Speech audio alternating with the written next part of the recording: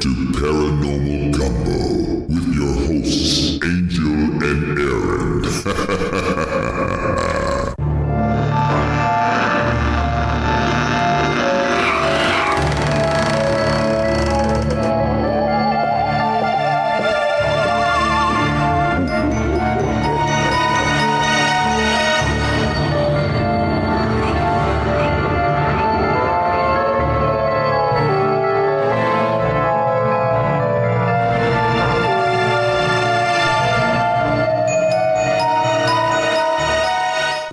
I'm Angel. And I'm Aaron. Welcome to Paranormal Gumbo, where we discuss all things paranormal. With a side of humor. So let's check out the latest in paranormal news.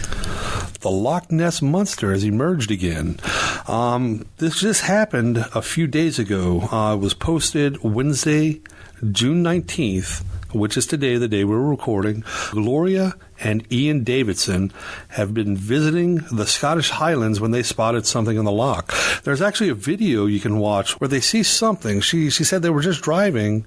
They'd visited Loch Ness before, and they'd been driving, and she noticed something in the water. And it's going to zoom in. I'm showing the video to Angel right now, where she says she saw a head and a neck, which is amazing. The good thing about this is, I don't know, can you kind of see it? Well, you know, this weird look Aaron's on your phone face. is slightly cracked, so it's kind of hard to see. I'm not sure what's a crack and what's Nessie, but I'll take your word for it. Well, you know, some people post it on our site. Yeah, some people are saying, hey, it's a seal, but I mean, how many seals do they have? I mean, every now and then you'll see a seal. It's like once every 2 or 3 years. They just wind up popping up there somehow. I don't know how, but the good thing about this is the sighting even managed, this is straight from the article, by the way, the sighting even managed to catch the eye of veteran researcher Gary Campbell, keeper of the official Loch Ness Monster Sightings Register. And according to him, there have been 7 reported sightings of Nessie so far this year, which is amazing. I'm going to have to do a little bit of research and find out how many sightings they have on average per year, but we're in the 6th month of the year, and they've had 7, so it's a little bit over, 1.2 per month so far? I'll take your word for it. I mean, my math is horrible. Yes. Don't hold it against me, but, I mean, this leads me to ask, you know, is there something in Loch Ness? Is there something in Lake Champion? You know, it's hard to believe that there's nothing to it as much as people have seen these kind of things in different lakes and, you know, all over the world. Yeah, that was just Angel trying to watch a video, apparently. Yeah, I was trying to pull up the video on here. Yeah. But anyways, it's hard to believe that there's nothing to it. But at the same time, you would think that they would have found some sort of physical evidence. So it makes me believe, you know, why can't there be a ghost of a dinosaur or something? Or, you know, that ghost. I mean, if it's interacting with the water. Everything else have ghosts, though. Why can't But, well, here's the thing. If it's interacting with the water, is it a ghost? I mean, looking at the video, you can see the current. Haunting, so why couldn't you have a residual haunting in the water that would react with the water? Because, I mean, you can have a residual haunting where a door opens. Yeah, but here's the thing right here. If you watch the video, you can actually see the current moving around it. So, I mean, I don't know. There's one thing about a door opening, but actually pushing water around. And, you know, I want to know also about, you know, Lake Champion, the Lake Champion monster. Mm-hmm. There's also been, it's been years since I've heard anything about it, but the Beast of the Congo, where it basically, what they described was a brontosaurus. You know, I want to know this. I mean, Africa is huge. There are so many countries in Africa, and so much of those countries remain unexplored. Who's to know what we're going to find in there? That's true. And I do know that, for example, Loch Ness is very murky. They can't really, you know, you can't really see to the bottom of it. And even with sonar equipment, it's really difficult. So I don't know about Lake Champlain. Do you know about if that's murky like Loch Ness? I don't think so. I don't know. I don't know anything about it, honestly. Yeah, it's in New York. I've never been in New York. But, you know, with the whole Africa stuff, there's no telling what is in Africa that we've never discovered. That's such a huge country with so just so much territory, where people... You mean Congo, the country, right? Not Africa, the country? Congo, the country, Africa, the See, continent. my phone sucks, but apparently she needs a geography lesson. Apparently. I went to school in Mississippi. Yeah, there you go. There you go. Well, I did some schooling in Mississippi as well, and I know that Africa is made up of many, many countries. You learned schooling. Schooling, yeah. Schooling. There's supposed to be a beast in the Congo that's supposed to look like a brontosaurus. So I don't know if it's still around. Maybe someone just saw a deformed elephant. Could be. Wouldn't it be cool though if somebody did discover a dinosaur? If they actually found physical proof and there were actually dinosaurs still around. That would be fantastic. I mean, we don't know what they look like, really. I mean, we know their bone structure is, but we don't know how big they were. Muscle-wise. Did they all have feathers? Did only some of them have feathers? Were their feathers bright, like some scientists say, and then some not so much? Well, I'm pretty sure some of them had bright feathers, like, hey, don't eat me, I'm venomous, I'm poisonous, or some shit like that. But I'm sure some of them had to be camouflaged. Have you seen the most preserved fossil ever found? Mm-mm. Look at this thing. Wow, that looks like an alligator, kind of. It kind of does, doesn't it? Yeah. But some freaking Canada. They found this damn thing in Canada. Yeah. Wow. But look, it's still got all of the flesh. It's got all of the plating. Amazing. It's an absolutely amazing looking fossil. Was it under ice? It was found by miners in Canada, so I don't know. Huh. I don't know if it's paranormal or not, but a couple of years back, I was looking at stuff on the internet. They found a champion spark plug embedded in rock. I did see about that, and they had no idea how that could have happened. They found modern hammers, like a hammer with a handle made out of iron, embedded in rock. So maybe some people don't know how long it takes for stone to form. So maybe some of the stuff that we're finding, these dinosaurs that are absolutely pristine, maybe they died, maybe they died, 75, 80, 100, 200 years ago. And we don't know, we don't understand how some rock is made. And, the rock formed around them and we're like, oh, this thing is 65 million years old. When in actuality, it's like, oh, that damn dinosaur's, 400 years old. Because they are always changing those kinds of things. As we learn more about geography. Geology. Jesus, Angel, you're supposed to be the smart one here. I'm still asleep. Me too. As they learn more about geology. There you go. So she really had to think about saying that word. It's funny. I really did. And it's funny because I was actually originally going to be a paleoanthropologist. I wanted to be a paleontologist when I was a kid. Geology. Did you really? Yeah. I loved dinosaurs when I was a kid. I thought you just wanted to be a pain in the butt when you grew up. Ooh. Because you succeeded. Paleontologist, pain in the butt. Almost the same thing. Almost. Yeah. I wanted to be a paleontologist when I was growing up, and then I found out that it was a very, very competitive field. So I was like, okay, maybe I can be a cryptozoologist. And then I found out that it's a very, very competitive field as well. So I'm like, just lazy. I am. Yeah. Loch Ness.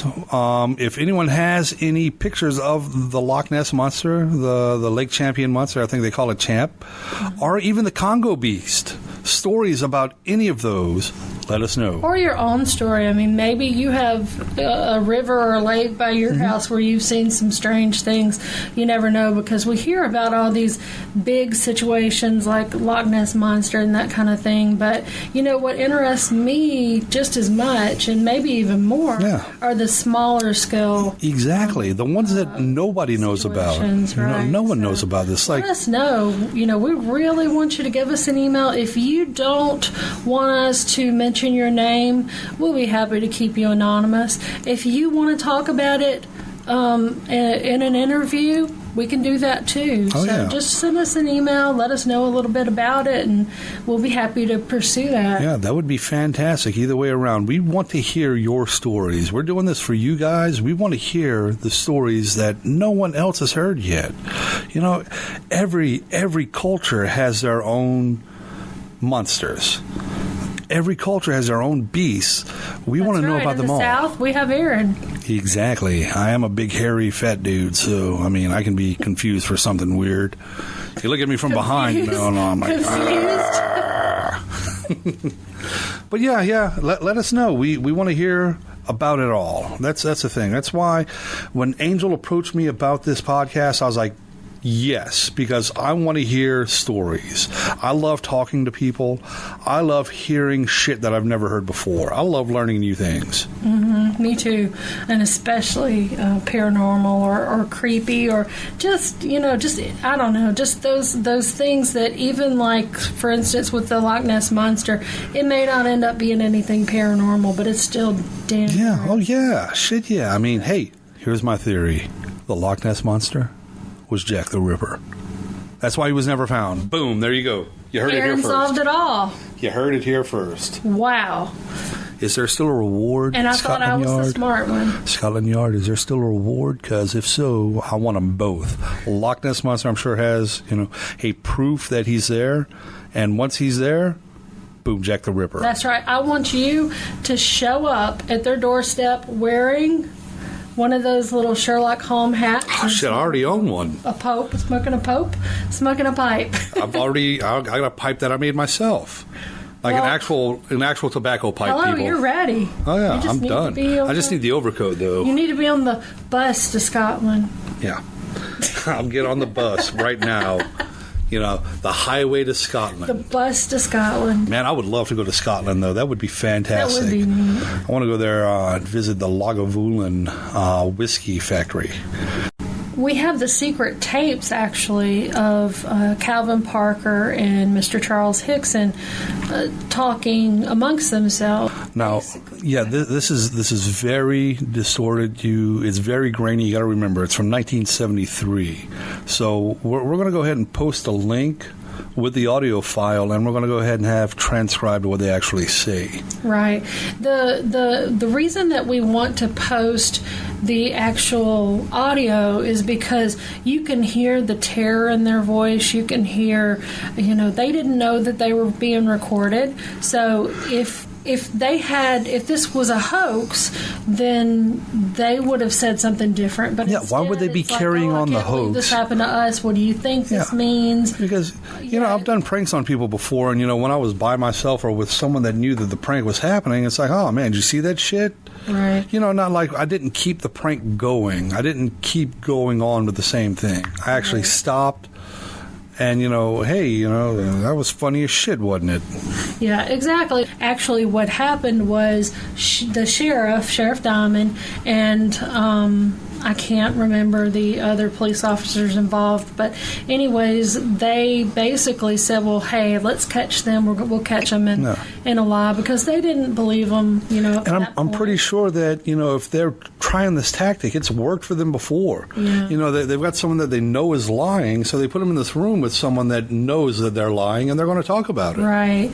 And so what they did was they put a tape recorder in the drawer, and then they led the two men into the room, and they left, and they said, well, hey, we'll go get some coffee real quick. So they left them in the room by themselves, and they really thought that they were going to say, hey, we fooled these idiots. These guys are dumbasses. Yeah. But no, they kept on talking about the experience just as, they had talked about it all along. And this is what convinced a lot of people, and it makes this case very unique, because, it really, whether you believe they were abducted by aliens or not, when you listen to this tape, that they believe something's happened. So, still, even if it's not aliens, what is it? Yeah, exactly. And we've talked about this on the last one, the last two, I believe, where could be a government experiment.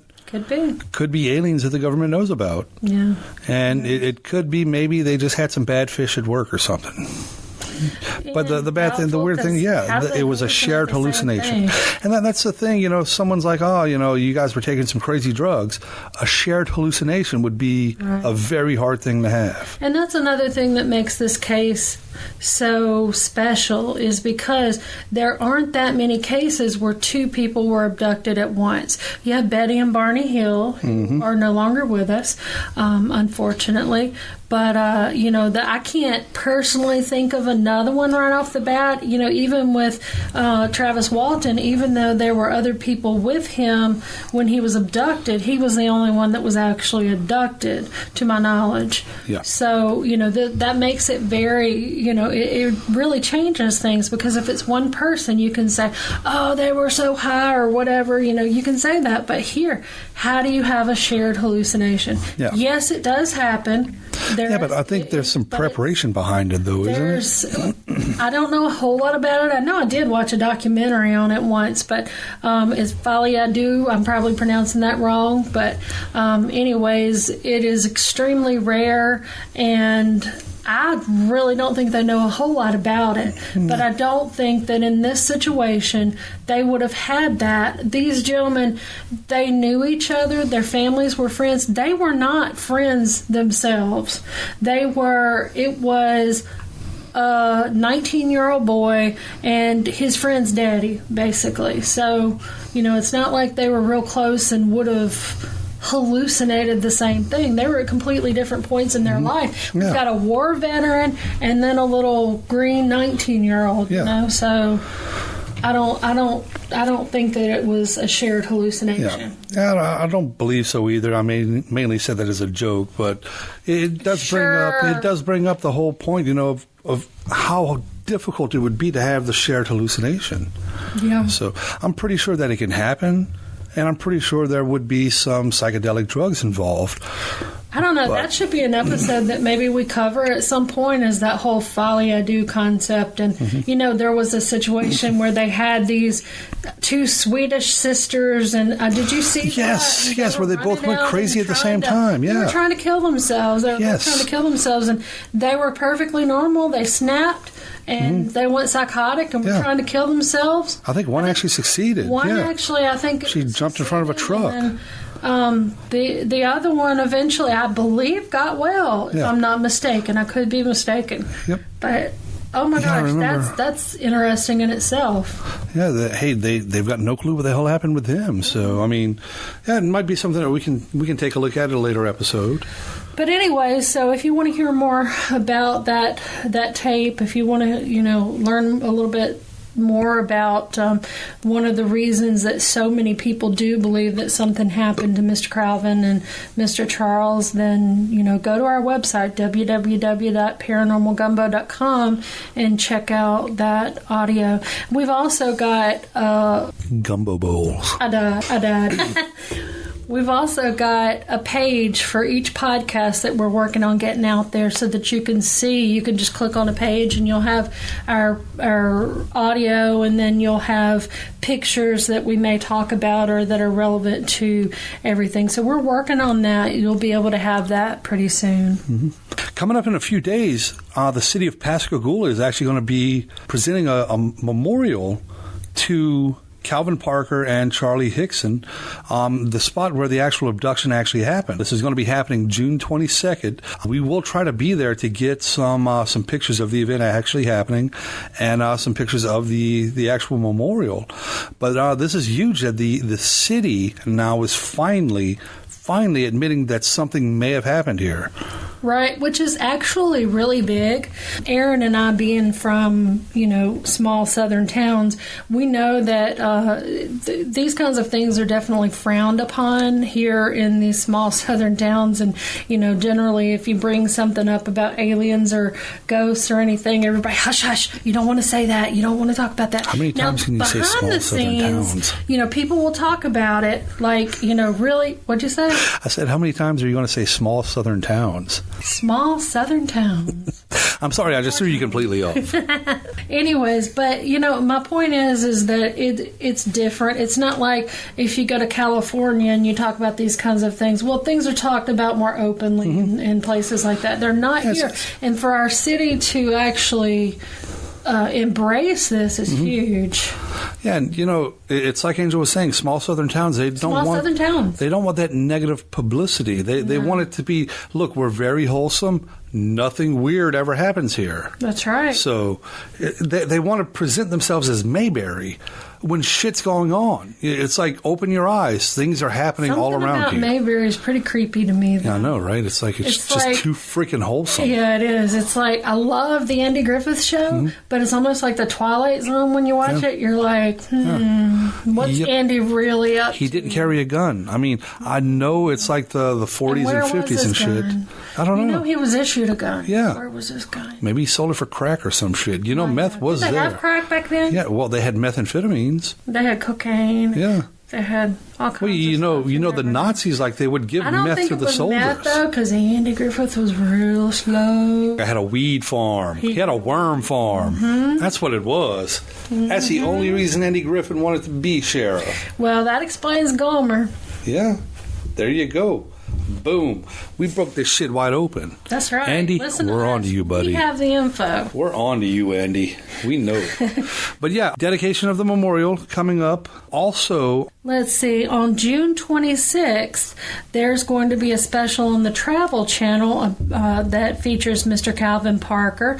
And let's see, it's on their series, The Lost Evidence. It's going to air at 9 o'clock p.m., although I do not know which time zone that is. In the press release that I just received, it doesn't have, 9 p.m. Central or whatever. So yeah, we'll get that information Travel before. Channel. Yeah, you can get on the Travel Channel site and see what time that actually airs in your area. But I would be very excited about that. Well, what we're going to do now is we're going to listen to some more of the Calvin Parker interview. And I'm sorry, did I cut you off? I don't know. Go ahead. You're fine. No. Go ahead and finish, Angel. Small southern towns. That's like 38 times you've said that shit now.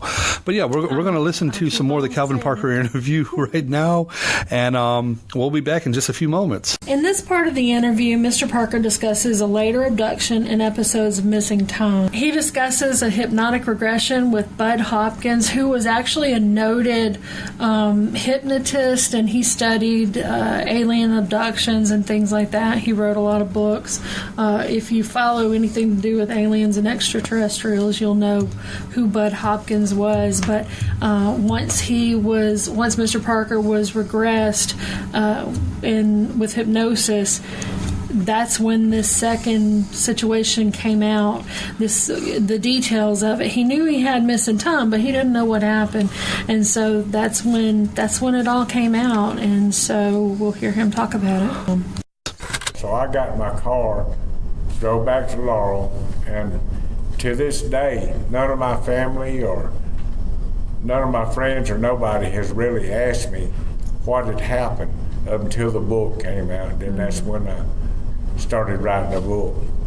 Well, during the process of writing this book, I had mentioned to Philip Mantle, the publisher of the book, that I had some missing time one night, and I went to see Bud Hopkins.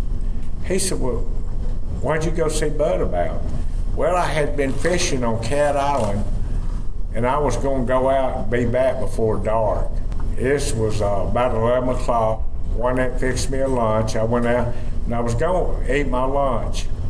And actually what she did, burned up an old bologna sandwich and threw it in there with me, and I was going to eat that because I loved them. She fixed me a bologna sandwich, and I went out. When I got to the island, it was about just 6 miles out to the island, so it didn't take long to run out there. And I sat down, I was eating my lunch.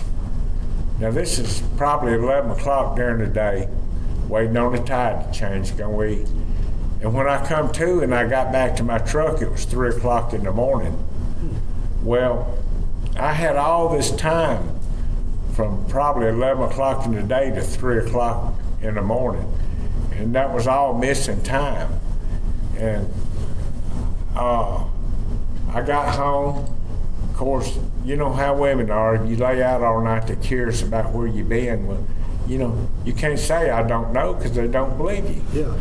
So the next day I got a friend that came over to the house, and I told him, I said, I got some time that I got missing, explained to him. Well, he's pretty intelligent, and he told me, he said, there is a guy that wrote a book, Missing Time, Bud Hopkins, and he's giving a conference in Florida right now. Let's go talk to him. So we left and went to Florida, 12 hours of driving or whatever we went. But anyhow, we ended up in Florida, and I said, look, I don't want to talk to this man because I don't want to be recognized. I'm not going to no UFO conference or nothing like that. I said, why don't you go in there and tell him I want to see him? I said, he probably won't know me, but just explain to him who I am. And well, this friend of mine went in there. Of course, Bud, he knew my name and everything right then because that was a well-publicized case. And he agreed to, he's told us, y'all don't leave, I want to see him. I'll be through here in 30 minutes and I'll meet y'all in my motel room. Here's the key. So he gave us the key to his room. Well, the first thing we did when we got to the room, Bud wanted to see what was going on. I told him about the missing time and all. He said, let me hypnotize you. I didn't know so much about that, but I did agree to let him. I said, now here's the conditions. You don't put nothing in my head. I want to remember what I want to remember and all. He said, all right. I said, now look, I got a ball bat down in my car and I'm going to give it to my friend. And I said, this big old redneck is going to do what I tell him. Now, in front of Bud, I told him, I said, if he tries to put this shit in my head like they do in Las Vegas, would he make you do stupid stuff when you're in the audience and all? I said, take his ball bat and beat his brains out with it. And I just want what's in there to be in there. He said, all right. Of course, I knew he wouldn't do it, but I just wanted to show Bud how serious I was about this. So apparently, I didn't remember I was hypnotized until, I guess, July wasn't it? July, I was writing a book, and I just happened to mention to Philip Mantle that I had seen, that I went and talked to Bud Hopkins and all. He tried to hypnotize me, but he couldn't. Well, Bud had passed away by then, so Philip was on it then. He's like a detective. He said, well, Dr. Jacobs has a copy of all his files. We need to go in and get them and put them in the book. Well, I didn't ever figure he'd find them, but Dr. Jacobs called me and asked, could he give Bud, does he have permission to give? I said, certainly. Give him anything he needs. Well, it just so happened the original tape where I was hypnotized was in them files. So Philip got the tape and he started transcribing it out to put it in the book. Well, he got it. When he did, he sent it to me per email where he had it transcribed. Well, I started reading just a touch of it, and I said, darn, I was hypnotized. I went out and told my mother, and Juanette was sitting on the back porch. He was white as a ghost when he come out there. Oh, my goodness. I said, wow. Believe it or not, I was hypnotized. I didn't know about it. I said, but I'm not going to read it. I don't want to know what's in there or anything. Because Bud had put a post-hypnotic suggestion in my head that as I could stand it to remember it, that I could remember what I wanted to. So anyhow, I told Juanette, I said, go in there and read. And I said, as I remember, I'll ask you about it. That way I don't have to read on down the line there. And it's just a check and balance thing I had, because I didn't want to remember something that didn't happen. So she went in there and read it. It was probably a month later, Linda Moulton Howe called me wanting to do an interview. I agreed, but she's like a mini detective when she gets on things. And I agreed to do the interview, and she mentioned some of the stuff that happened in hypnosis. Well, that triggered my memory. And I told her I didn't want to talk about it. I didn't want to remember it until it was time for me to remember it. So that's where the tape came in. And that's what started kicking my memory off on remembering my hypnosis and all. And so far as I remembered, it's been dead on it. Wow. So you've still never listened to the tape then? You're just still letting it unfold? I have it on disc and I have it in the book, and I never read it and I never have listened to that disc. I don't know, it might be a disc of the Beatles or something he sent me. I don't know. I hadn't listened to it though. When you were a little child, this female being came into your room. Is that correct? Well, I'm not real sure about that. My brother and I was sharing a room when we lived in Sandersville, and he woke up one night screaming that there's a ghost blowing in my ear. So it scared him. It scared me also. So I'm not just real sure if that was a female being or not. But that's about around the time that Kennedy was assassinated. Okay. So did it happen more than once or just the one time? I can't remember another time that it did happen. But you didn't actually see anything at that point? No, I felt like a ghost might have blown in my ear. Gotcha. I didn't know. Yeah, when you're a little kid, it's kind of it's scary. Kind of tough. So, I want you to hear you tell about your whole story. But one thing I'm so curious about that I think me and Aaron both have been dying to ask more about was, I know that when you got on the craft, you saw what you call the female being. Have you ever had anybody draw a picture of what you saw of that one, or? We're in the process now of getting a professional artist to do like a police sketch of it and all. That'll be But nice. Yeah, that's in the works right now. Oh, that'll be really nice. So, did it look kind of like the gray aliens that you see all over the place, or was it totally different? Actually, up until this happened to me and I came out with a book, I never looked at the aliens or pictures of them or anything.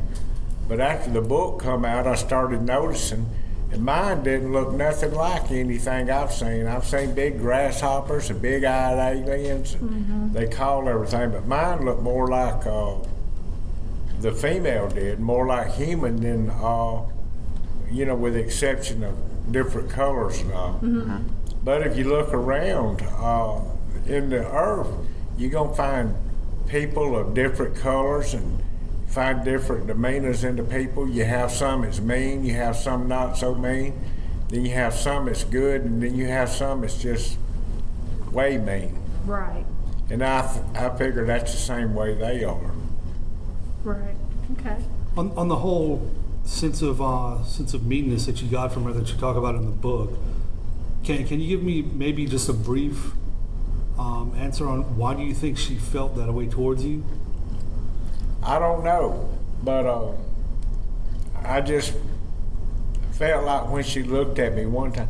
Well, there's one place in the book, I said that she's coming after me. I'm dying, and I don't know. I guess it was just a sense that I had, a sixth sense.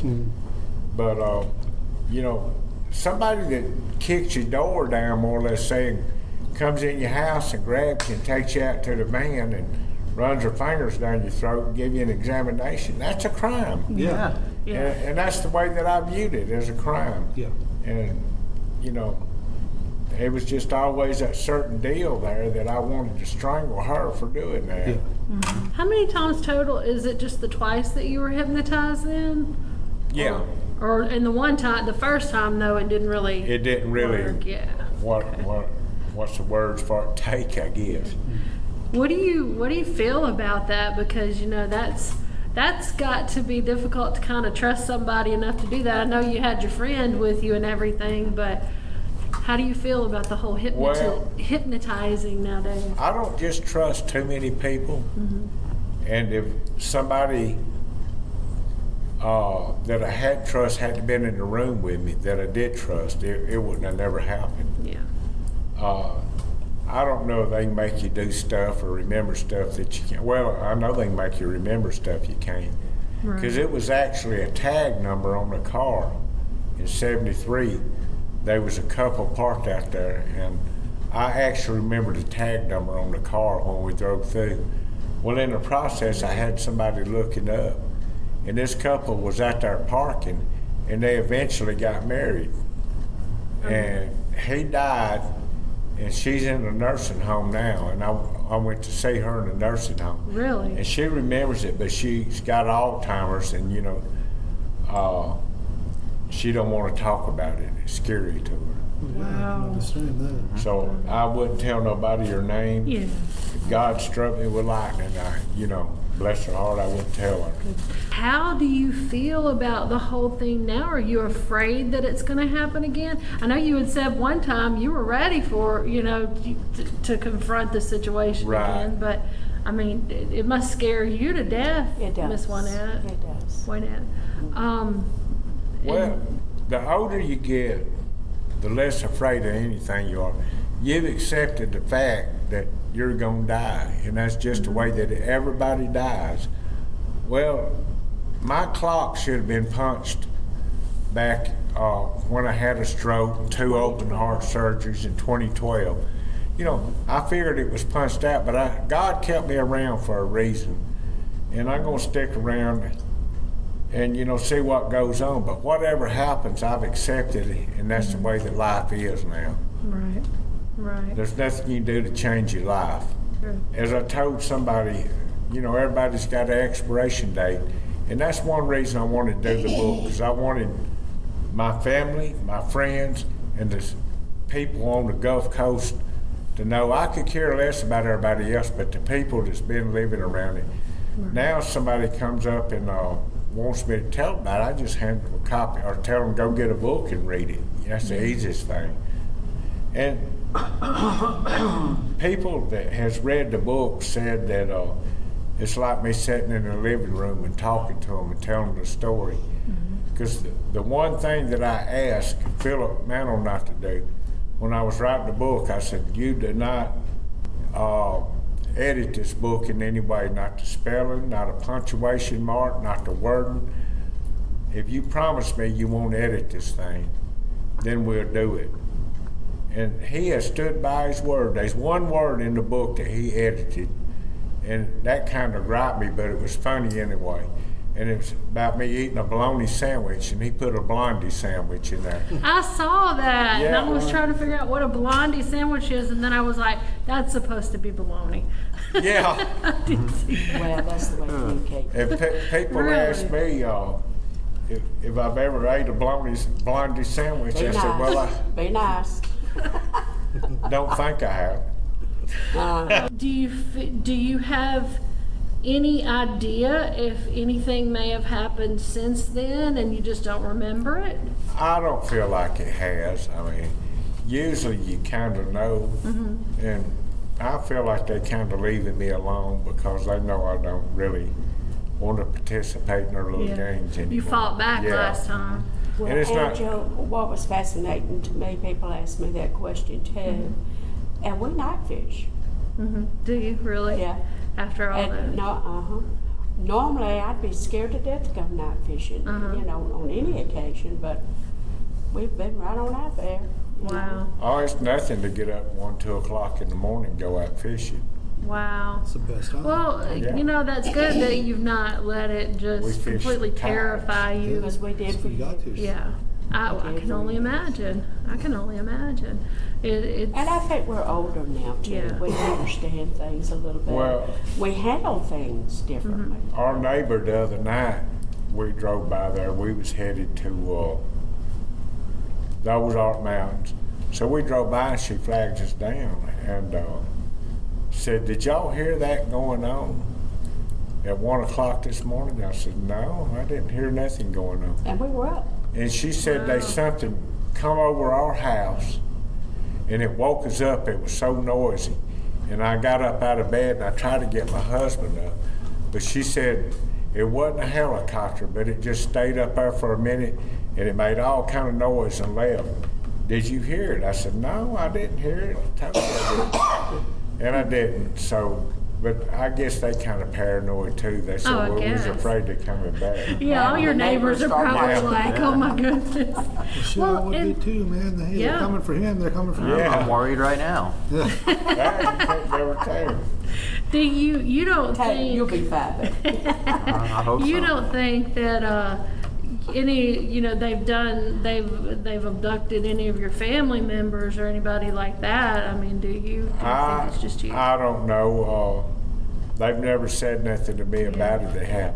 I know my mother was living in Ellisville. They had a farm down there, and my brother was staying over there with her, and they had an incident where all the cattle and the dogs started raising sand, and the cattle running to the back of the field, and she looked out the back door and all, but she just kept telling me, well, Calvin's not here, Calvin's not here. And I think they went away. I did read that in the book, and so that basically was it. It just kind of showed up and then went on. Nothing. Showed up, went on. Something showed up. It scared all the cattle and all. When you were taken the second time, the last time, you had mentioned that you pretty much thought you had died. Yeah. And that some sort of a being of light had intervened. Can you talk a little bit about that? Yeah. When I seen her, I remember that I recognized her. Mm-hmm. I really do feel it was the same one that was in 73. And I've just recently found out about that. Really? Mm-hmm.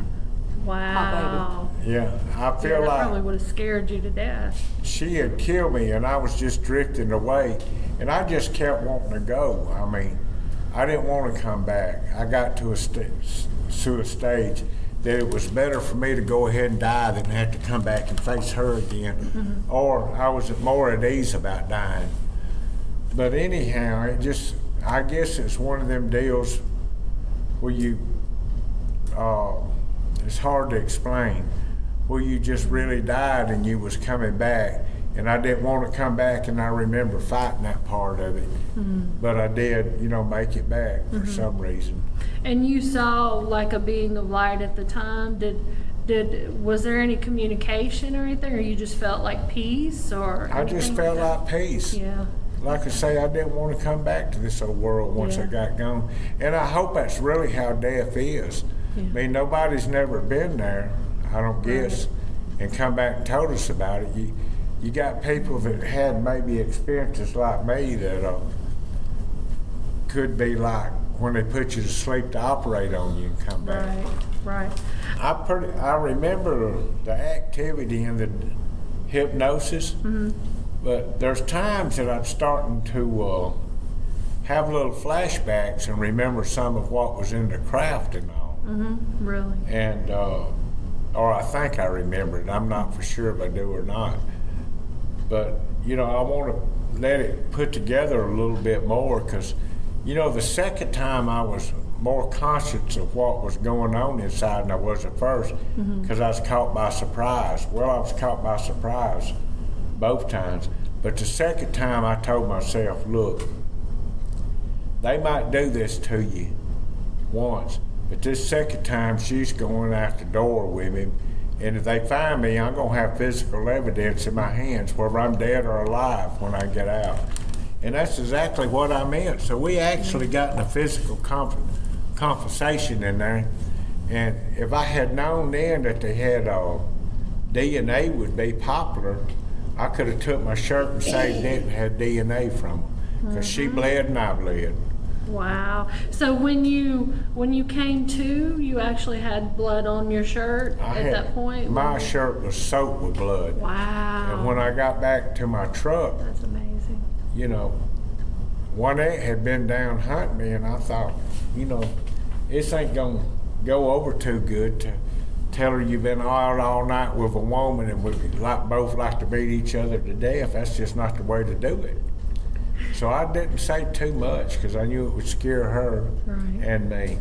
Okay, guys, this is going to be the last part of the the Calvin Parker interview. As you can hear, some strange shit happened to him. I got to say this right now. I don't want anyone to get hurt, but if you are in a situation where you can collect DNA evidence from an alien being, do so. Yes, please. Oh my gosh.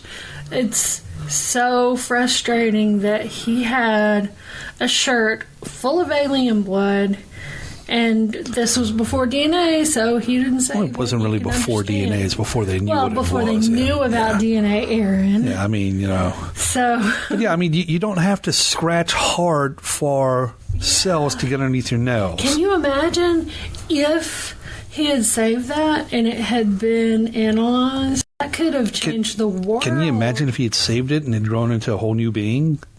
Oh, well, we don't know. You never know. Speaking of this, I've got a question for you. With like the Greys, he said this looked more like a human, but you know everyone's talking about like gray aliens. You know that's right. You say alien, and that's what people immediately go to. I've got a question for you. They have huge heads and tiny little hips. How do they have heads? Yeah. No, how are they born? Actually, there's people who said that they're not born; they're cloned and grown in a. Well, that just makes my jokes stupid. So yeah, well, your jokes are always stupid. Yeah, I know, but shit, sometimes they're good. Yeah, they say that they can't breed anymore, and that's is that why they have no hoo-ha? Yeah. Really? That's one of the reasons they don't have to wear pants. Those lucky bastards. You know, the only time that Porky Pig and Donald Duck ever wore pants were when they were swimming. That makes sense. Look at it and watch some of those old cartoons. It's crazy. It's the weirdest shit. And then they wonder why we've grown up and we're kind of off a little bit, huh? Yeah, I know, right? They wore no pants. My best memories as a kid watching Looney Tunes with my dad on Saturday mornings. Chip and Dale didn't wear any pants either. They just had shirts on. Shirts and a leather jacket. But yeah, okay, collect DNA if you can. And if you can, let someone know about it. He also said something else where someone said, oh, man, I wish it was me getting abducted by an alien and having tests put on them. I'm sure there are millions of people out there that would love for that to happen. And I believe we talked about this already. Yeah, you said you wouldn't mind it. Yeah, well, to an extent. To an extent. But they would have to get consent to do it. Yeah, hey. So anyone that wants to be abducted by aliens, we'll go ahead and put a form on the website. You can go ahead and print it out, and any aliens out there, look for the form. That's right, and we'll, if they reach out to us, we'll certainly pass your name along to them. And look, aliens out there, no means no. Okay, buddies? Just stop that shit. No means no. Because aliens are known to stop when you tell them to stop. You say, no, don't abduct me. Okay, they go the other way. Yeah, exactly. I guess just darn. They're this was going to be very polite. Very polite aliens. Very polite. But yeah, look. Oh, well, that's the Greys. Now, when you get to the other kind of aliens, that's a whole nother story. Speaking of the other kind of aliens, I read something the other day online. Last year, a woman in New York claims to have seen one of the mantis aliens that we were talking about. I hadn't heard a whole lot about that, except for with Dr. The professor we talked about. Cambridge professor. Yes, the Cambridge. Sorry, sir, I do not remember your name right off the top of my head. This just came out of nowhere. But yeah, she said she was in her shed because she wanted to get away from her kids and her dog, and she saw one out of the corner of her eye. And she said she kind of acted like she didn't see it, and she said it moved very quickly, and she shined her light on it, and it stopped moving. And they pretty much stared at each other for a little bit.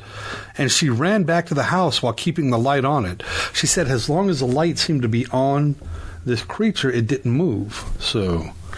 Yeah, but how does she know it wasn't like really some kind of giant praying mantis instead of an alien? Well, I mean, how many giant praying mantises are there? I mean, if I see a giant praying mantis right now, I'm immediately going to say, oh, that's a friggin' alien. If there can be Nessie, then there can be a giant praying mantis.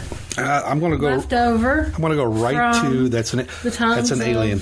I can't remember if she said it was wearing clothes or not. So maybe that would be the kicker right there. Lederhosen. I said now that's clothes. That's a sight. A giant praying mantis, and lederhosen. I would pay money to see that. I'm not going to lie. Not even going to lie. I would pay money to see that. And then you mess with him, you get like a strobe light, so he doesn't know what to do. He's like, I don't know to stop or go. I don't know. Yeah, he doesn't know what's happening. Half of him wants to go, half wants to stay. But the intelligence of our conversations is astonishing. Yeah, it just goes downhill. We've been here for hours, and we started off very, very good, and then it just went steady downhill from there. It's been fantastic. But yeah, getting back to the Philip Mantle thing, I mean, small southern town. How many times are you going to say that shit? Oh my God! As many times as it gets your goat. So not Philip Mantle. This is just horrible. Oh my God! Calvin Parker, when he was telling us his story, I don't know if you were watching him or not. But this man was getting goosebumps. This has been over 40 years now. Mm-hmm. What is it, 46 years? He was shaking, too. Yeah, at certain points in time, he was shaking. You can hear in the video, you can hear a little tick, tick, tick, tick, tick. That was actually him. He was shaking his leg, as he got further in the discussion. You could tell there was definitely nervous energy there. And, I felt bad for him because you could see by the end of the day, this was difficult for him. It's not easy for him. It wears on you, I'm sure. Even after all of this time. And he has to tell it over and over again nowadays, too. Yep. That's why everyone buy his book. Yeah, I wanted to discuss that. His book, again, if you haven't heard, is called Pascagoula, The Closest Encounter, My Story, and it's available on Amazon. You can also, we've got a link on our site, on our website, www.paranormalgumbo.com, and we've got links on our Twitter and Facebook sites as well, and not LinkedIn. And she just... And Instagram. Well, every time she tries to say Instagram, folks, on me, so I had to stop. Every time she says Instagram, she just has this blank look on her face. Yeah, it's the weirdest shit. I've had some major issues getting our Instagram account up, so I'm not real happy with Instagram right now. I don't want to make her mad at me, but it's like Tom Cullen in The Stand, where she's got this idea and she just stops and stares at something. Yeah, and then eventually it hits her. And I'm the smart one. I know. What the shit is up with this? What is up with this? But yeah, look, crazy stuff happened to Calvin Parker. And here's the thing, okay? He was describing some stuff happening to him and his brother when they were younger. And you and I have talked about this. We think maybe it has been these things that have been dealing with him his entire life. Yeah. He's not sure. He doesn't say for sure, but he definitely is open to that possibility. Yeah. He had, I think, I'll be honest with you, I don't remember if it was in his book or in the video, but there was a point where he went to a lake with his family and with Mr. Hickson's family as well. And he saw some sort of a being in the woods that he thinks was this female being. Yeah. So he was a child then. So, and then, before that, he talked about having some sort of a ghost or something in his room, his little brother would say, or his brother would say. Whispering in his ear, right? Yeah, whispering in his ear. So... who knows? It really seems like this is something that has followed him since he was a child. And we talked about it. We actually asked him this. Did Hickson just get caught up in them coming to get you? Mm-hmm. And that's what I believe happened. Based on the encounters, based on what happened on the ship. We know what happened to Calvin Parker. We know what happened to Charlie Hickson. Two completely different things happened. Right. Charlie Hickson was just like, hey, I just went up on the ship and, nothing really happened. Yeah. I was abducted. Calvin Parker is just like, holy shit, I was given an examination. This thing came over and spoke to me pretty much. This female creature came and spoke to me. And then years later, in 1993, I believe it was, it happened again. Right. So from the time he was a child until, this could be going on to present day. We don't know. We don't know. We asked him, and he said he doesn't think so, but he wouldn't necessarily know. So, but it was interesting because he did say that he agreed that you got me thinking about MOON, right? You just got the freaking joke? No, I had it earlier, but it's like it just popped in my head again, and my mind just stopped. That's good. Anyways, so when we asked him about that, he did agree that he thinks that Mr. Hickson just got caught up in it, and that they were actually there for him. And if you stop and think about it, I wondered from the beginning, because I pick out little details sometimes that are kind of maybe silly, but I noticed right away that there were 2 robot beings grabbed Mr. Hickson, and 1 robot being grabbed Mr. Parker. So why would that be? Because Mr. Hickson was older and probably not as strong. Well, maybe they weren't familiar with Mr. Hickson and how much he fights, and maybe they were more familiar with Mr. Parker. You got that old man strap too, so I don't know. Yeah, but what I'm saying is, I get where you're going. They would put the 2 robots with somebody they weren't familiar with. They know Calvin. They're like, hey, we know what's going to happen with this. Yeah. This new guy, we don't know who this is. That's probably stretching, but it's just, something I think about. I think about silly little things like that. I wonder what alien curse words are. I wonder how many times. I wonder how many times we're like talking to a cat or some shit like that, or some dog, or even a cow or something, and we say some curse word, and they're just like, maybe that's why cats look at us so freaking weird when we sneeze. Could be. Yeah, they're like, holy, what'd you just say about me? Because I know I'll sneeze and like milkshakes will look at me like. Sometimes I'll be playing with my cat or dog and be like, or grr, or something like that, and they'll just look at me like, I can't believe it. It looks like that. I can't believe you just said that to me. Shit, the other day I sneezed and Milkshake slapped me. I was like, what the hell is this? Who names their cat Milkshake? Milkshakes. Milkshakes? Yes, it's from The Strange Adventures of Billy and Mandy. I love that show. Yeah. I remember that. Yeah, Billy's cat was named Milkshakes. It was the pink cat. Well, then I'm not going to say anything. Exactly. I love that cartoon. I named that cat. I named that cat, by the way. How dear me. They wanted to name her something stupid, like Flufferball or Orangey. I can't say anything because I have a cat named Marianne. That's just weird. That's like in Battle Los Angeles, I believe it is, where the aliens come down in Los Angeles and they're fighting them, and like the dog pops up and it's named David. Who names their dog David? It's some stupid ass name like that. Actually, it's kittens that I have that I'm trying to find a home for. So I name them silly names, so I don't get more attached to them than I have to. But that's where you go wrong. Once you name it, it's yours. But you have to name it so that people know who you're referring to. See, I'm the exact opposite. You give them numbers. Well, you could do that. Yeah. 1, 2, 3, 4, 5, 17, And if you just want to give it just another weird number, just, make one up. Now, would you ever let yourself be hypnotized to see if there's something in your past? I would love to do that. If somebody was in the room that I trusted, or if I trusted the hypnotist, I'd have to be somebody I really trusted. I would love to do that. See, we're going to be talking to someone soon. Pauline Delcourt Min. Is it Pauline or Pauline? Pauline.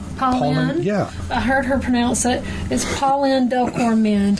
Yeah, we're going to be speaking to her soon. And I was actually talking about this the other day with Trish, and I was like, man, that would be very interesting. I mean, you wouldn't know what would happen. And it's like you said, you'd have to have someone that you trust in the room. Right. And you'd have to have some stipulations like, I don't really want to remember too much about this life.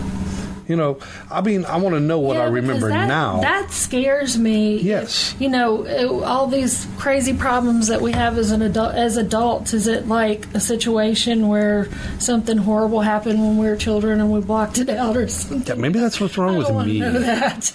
I don't want to know. What's wrong with me. But yeah, I mean, it'd be very interesting to know if there was something in the past. And Miss Delcourt Min, she actually has been regressed so many times claims herself that she's recalled many, many past lives, and I'm sure she'll talk to us about it.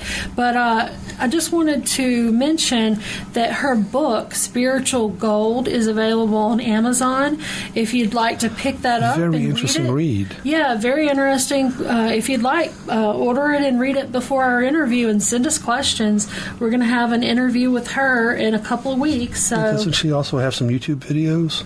She does have a YouTube video. She was on the Moore Show, and that is big in England, and people over here watch it too. But it is a big show in England. But she is English. I would love to go to Britain. I would love to go to England, Scotland, Ireland. You want to know what the biggest thing I would do is? What? English breakfast. Not me. I'm a vegetarian. So See, I don't give a shit about you. Yes, there you go. Breakfast. You could get the English breakfast and give me all the meat. Oh, my God. What's left? Is there anything left? You'll have some tomatoes. You'll have some tomatoes and some beans. Oh, my God. That would be fantastic. Yeah. That would be fantastic. Are you kidding me? I just want an English breakfast, a proper English breakfast, because those dudes know how to eat. When I think about good food, no offense, English food just does not come into my mind. Come on, you wouldn't go there and eat a spotted dick? No offense to anybody who's English, but I think I'll stick with Mexican food, Chinese food, Italian food, that kind of thing. So you wouldn't go to Italy and eat Italian food? Really good. So, we did ask him more in depth about this quote, female alien. He doesn't know if it was female or not, just got that sense. And, they are working on a drawing with a sketch artist, so we're hoping that they'll have that ready pretty soon. I did ask Mr. Philip Mantle about it, because they are about to have, it's a new book. It's the same book, but a new edition. Anyways, I was waiting on her to Tom Cullen this shit. M-O-O-N. Anyways, stop it, Aaron. You're what? It's triggering a complete blank when you do that. Okay, I'll look away. I'll look at the bear head over there. How about that? And why is there a bear head there? That's the death bear for the Magnar Wrestling Federation. Okay. You see, we had a wrestler die in the ring, and his friend wanted to fight for his spirit back so he could bring him back to life, and he had to fight the death bear. Oh, well, I should have guessed that. Yeah, this is part of the whole common sense. Never Ready Gamers thing. If you're a Never Ready Gamers fan, you would know about the Magnar Wrestling Federation. Well, I have some videos that I've got to catch up on for sure. Yeah, my favorite wrestler in the Magnar Wrestling Federation is Carlos Spicy Wiener. He's a 350-pound high flyer. I wonder why that would be your favorite, Aaron. I don't know what you're talking about. You better cut that shit out. They're actually revising the revised edition. I said it first. I'm looking up, please. Anyways, they're revising. She's the smart one, folks. Mr. Parker's book. Anyways, they're revising Mr. Parker's book, and I did ask Mr. Mantle, well, is it going to include the drawing of the female alien? And he said that yes, it would include that. So maybe when they have that published, we'll be able to get access to that. I'm not sure when the publishing date is. I'm sure I have it in some of my information, but I don't have that with me right now. You know what fascinated me about this story is with the second abduction, it was a combination of a near-death experience and an alien abduction. It's 2 in 1. Never heard of that before. 2 in 1. Never. But let me tell you, he talks about that here. He goes really in depth with it in the book. So, if you read the book, you do get a little bit, I think, more, but he clarifies some things for us in our discussion. But, he actually believes that he died and an angelic being helped Something him brought him back. Life. Which leads me to believe, if there is a God out there, and he's bringing back people that have died during alien abductions, he knows about the aliens. Yeah. Well, and then that makes you think, too, again, are they really aliens? I don't know, because he believes, from what he told us, that they're evil. And he said that this angelic being, when the angelic being appeared, that it scared the alien, and it was like the alien cowered, basically. Well, I mean, okay, maybe it's just like, with the aliens and us. Maybe it's like, well, what the shit is this? It could be. Maybe you'd never seen it before. You never know. But, I just found that fascinating because there are people that say, well, these are some sort of evil spirits that are just trying to scare us. I really don't believe that, but, just thinking about, I like to think about different possibilities and viewpoints. I do believe from the evidence that I've seen that they're aliens, but I'm also open to other possibilities. Yeah, I mean, it could be anything. It could be demons, could be angels, it could be interdimensional beings like we talked about in the first show. Yeah, you never know. Be. And a lot of people who used to believe in aliens from other planets are starting really to focus on aliens being interdimensional beings instead. Yeah, we just don't know. I mean, that's the thing about it also. I mean, maybe they're from an alternate universe. Because here's something from me and aliens. Even on planets in our own solar system, gravity is different. Gravity works different. Right. I mean, why would they be able to come from their planet to ours and be able to function the same? That's true. I mean, maybe they come from here's the only thing I can think of with the Greys in mind. We're going back to them because, once again, that's what most people think of when they think of aliens. Maybe they come from a planet where the gravity, the force of gravity is greater, and they get here and they get stretched out. How about that? You never know. Except for their heads. Something's wrong with their heads. They need to see a freaking doctor or something. I don't know. You never know, but I would think that they're probably advanced enough that, that's not such an issue, Aaron. Well, how do you work around gravity? Can you imagine if they were like the old Stretch Armstrong dolls? That'd be freaking hilarious, man. Maybe that's why we got Stretch Armstrong. Just so that everybody knows, we're old, but that was before our time. Stretch Armstrong? Yes. I played with Stretch Armstrong. Oh, you played with a different edition of Stretch Armstrong. Yeah, but it was still Stretch Armstrong. It was probably from the garage sales.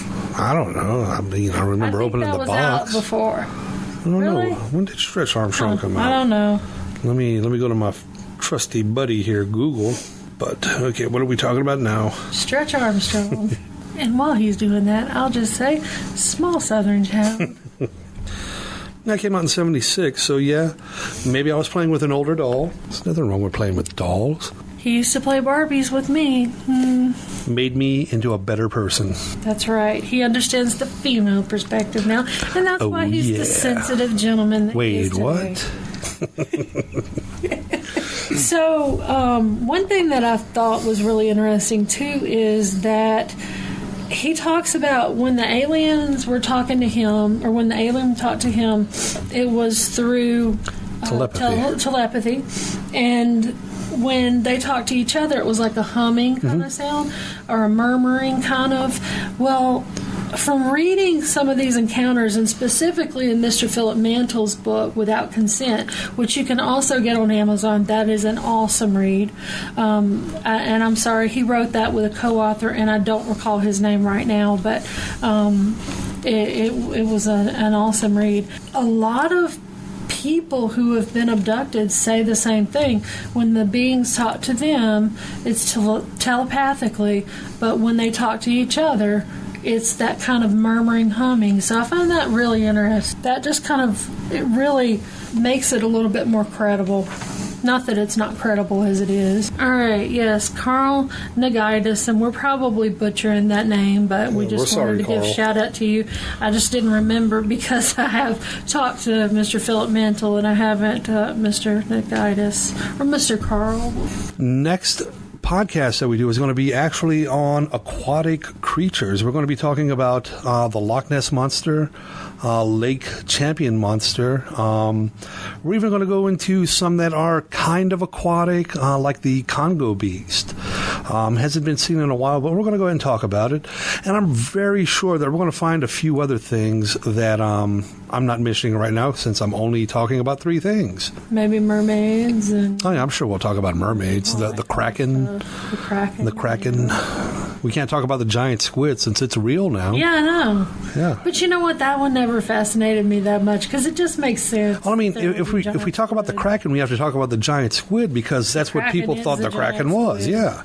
So maybe we won't talk about the Kraken. I don't know. The Kraken's not so, We'll figure it out. We won't be releasing the Kraken. We won't release the Kraken. We'll release the mermaids. Yeah, maybe. And the Loch Ness monsters. And I just want to remind you, too, that if you have any stories, if you have any feedback, if you have any criticism, be kind. We like constructive criticism. You don't have to be mean.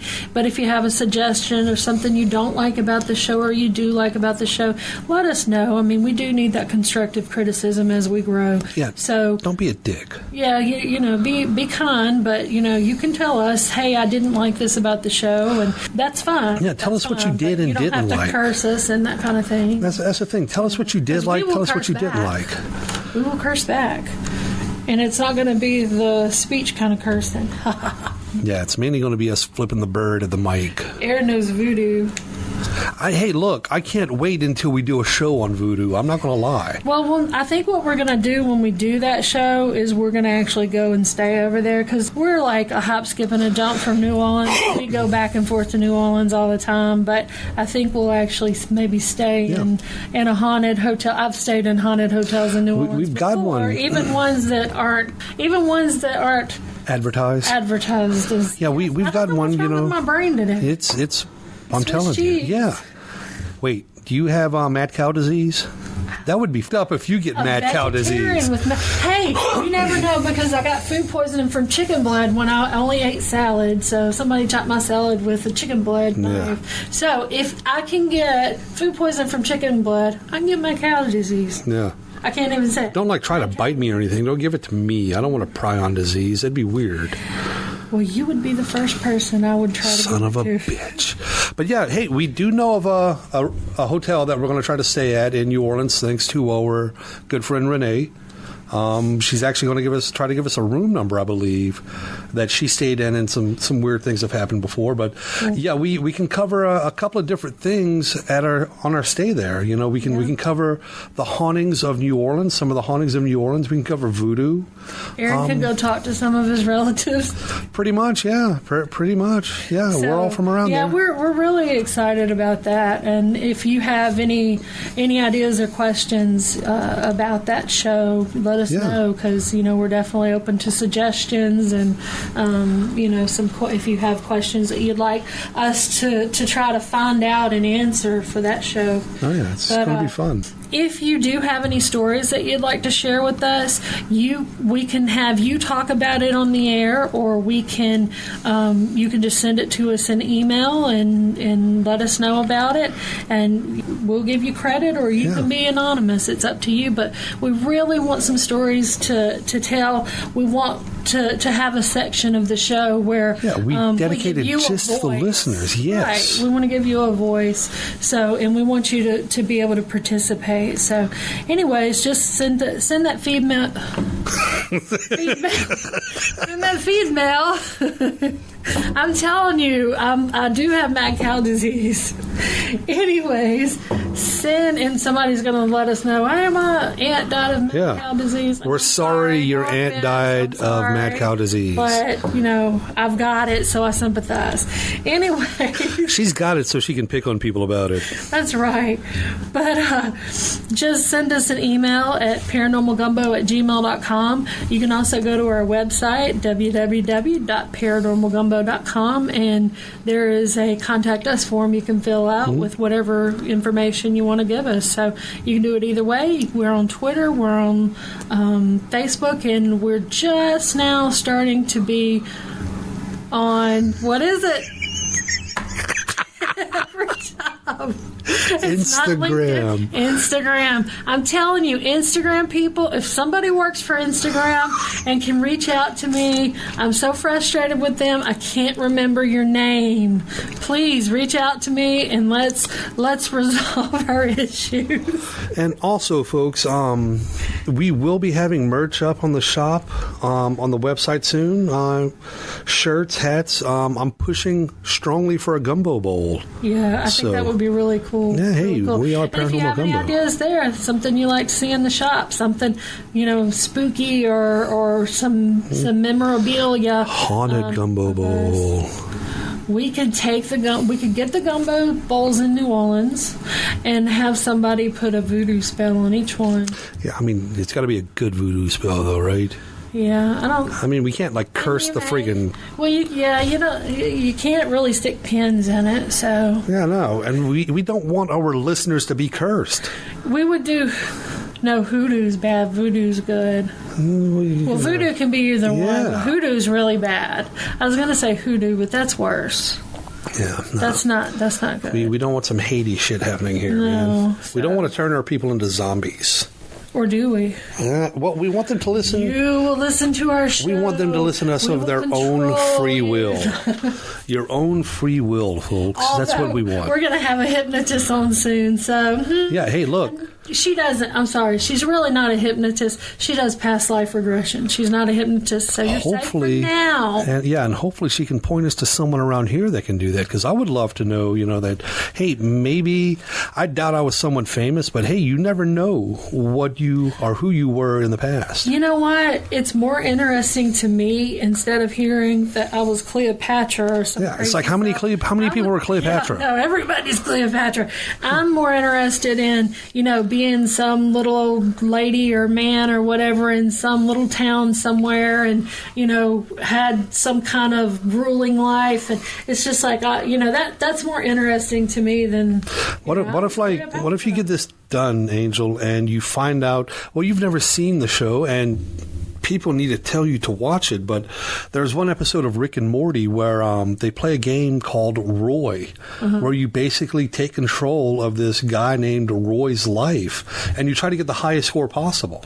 It's a video game, but from the beginning of his life until the end of it, you think you're Roy. I might be Roy. You never know. Yeah. You never know. We love some Rick and Morty here. It can't be good. Let's put it this way. I probably had... the garbage can of past lives. The garbage bin of past lives. Yeah. Well, you never know. You never know. It'd be interesting to see, regardless. But yeah, I'm really excited about that. So, like I said, shoot us an email. Let us know how we're doing. Good or bad. We're working on getting on iTunes. We're on Castbox, Deezer, Google Podcasts, Radio.com, Radio Public, Spotify, and TuneIn. And we're working on getting on iTunes, iHeartRadio, and Stitcher. So hopefully that'll happen pretty soon. And there's one guy that... thanks for listening. We'll see y'all next week. Here's my thoughts on this. There's a guy that... he does game reviews, and he does it all on YouTube. And the first season that he did it, his kids kept opening the door. He did it in like his bedroom, and he would always shut the door. So at the end of his broadcast, at the end of his shows, he'd always say, shut the door. Shut the door. That became his thing. So we got to figure something out, like, don't burn the roux, guys. Oh, that's cute. Maybe, I don't know. Burn the roux. Yeah, I mean, we can try a couple of different ones and have people vote on the ones they like the most. Okay. Like, this one right here, we can do Don't Burn the Roux. Don't burn the roux. And the next one, we can do something else. Don't burn the roux. Okay, I like that. Yeah. But a lot of people won't know what roux is. That's fine, You can look it up. Yeah. R-O-U-X. Yeah, R-O-U-X. Yeah, don't burn it. It's important for gumbo. You can't have gumbo without a roux. Yep. Every good Southerner will tell you, your roux ain't right, you got to start over. Yeah, don't burn the roux, folks. That's right. All right. If you don't know what it is, look it up. It's delicious. Thanks for listening, and we will hopefully, we won't see you, but we will hopefully have you hear us next week. We want you guys to listen in. So have a good one, folks. Thank you for listening to our podcast. I'd like to give a quick shout out to MacNarb Gaming for giving us this awesome place to do our recording, and Never Ready Gamers podcast and YouTube channel for pointers and letting us borrow some of their equipment. Thanks, guys. You're amazing.